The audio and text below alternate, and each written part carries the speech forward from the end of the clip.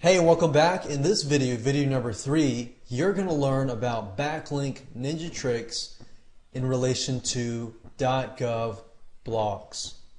Now, the reason why I split up the .gov blog and the .edu is because .gov, there's a few things that you need to pay close attention. When you're posting to .gov blogs, guess what? You're posting to government blogs.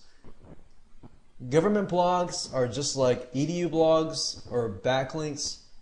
They are good quality backlinks because in Google's eyes they see these as, good backlinks. But you got to keep in mind that Google knows that people are posting to .edu and .gov blogs, and they know that you're trying to get around the system and so forth. So that's why I say post quality comments.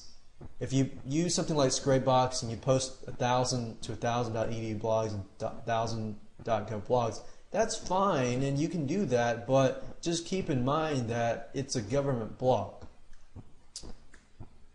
Be careful. I said that earlier. They're government blogs. Do not spam. That's why I say don't use Scrapebox to post 1,000 comments and accidentally spam a government blog.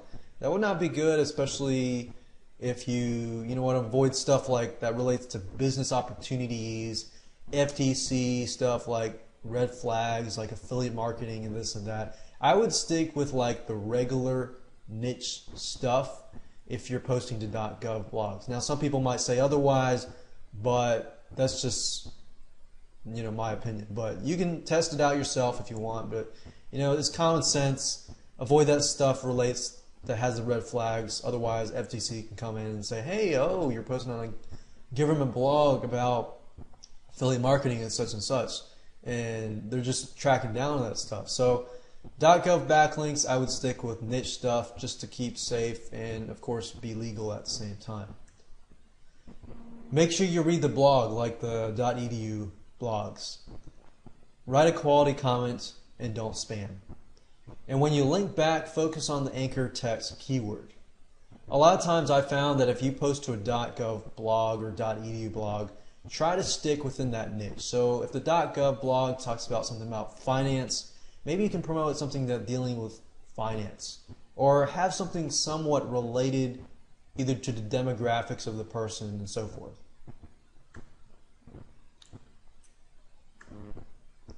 And try to stick with the topic if you can, like I said. Now, the search shortcut is very similar to the .edu search shortcut. The only difference, as you can see, is the site colon is .gov. Everything else is the same. And I'm going to break it down just so that you're able to get it, copy it down and so forth. Feel free to pause this video at any time as well if you need to pause it and jot down it. But the only difference is a site colon .gov. And of course, breaking it down, site colon .gov basically tells Google, hey, I want all the .gov sites. Now I want all the .gov blog sites that allow me to post a comment. And I don't want the ones that are comments closed and you must log in. And then, of course, your keyword. Now, the only difference is just to keep on topic. And I even say that with edu blogs too, if you can. Let's do a few examples so that you understand this and get this, into your head. Now, as you can see here, I've done the same thing pretty much, except for I changed the site colon .edu to site colon .gov, and then I changed the keyword to something like Forex. With .gov blogs, I try not to spam blogs, and I try to keep it, the content valuable because I definitely want to keep my backlink up and not deleted. So as you can see, I've only gotten 22 results, but 22 results is a good amount, good high quality backlinks. So I'm going to click through these links. And obviously, if I'm going to promote something like Forex, I don't want to post it on someone's blog who might be against, Forex.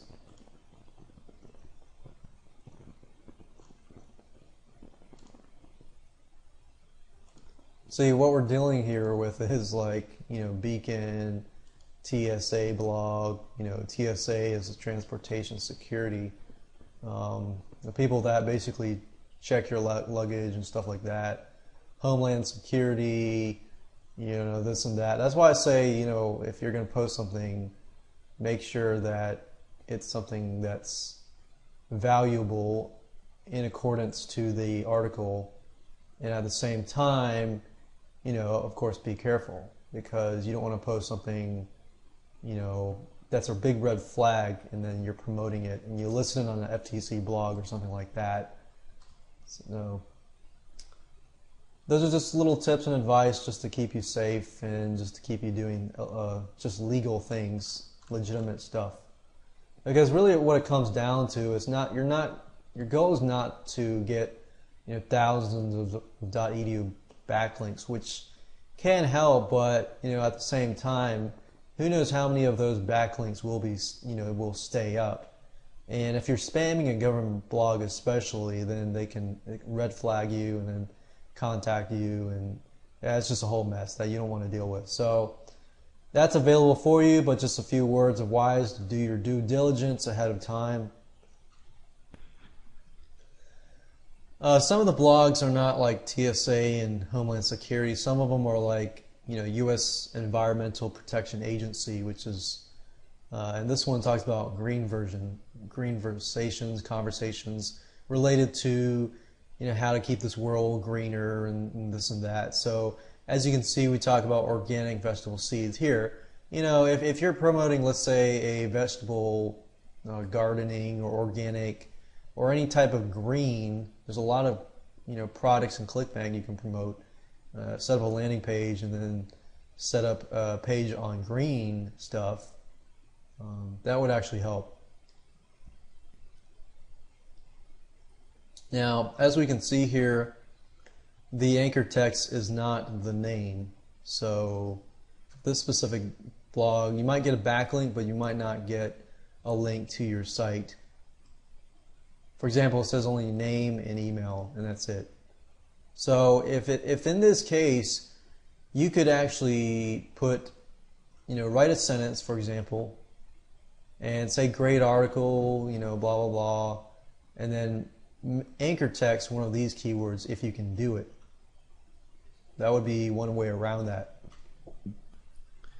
So very similar to the .edu blog, but like I said earlier, I split them up just so that you would understand the difference between government blogs and edu blogs.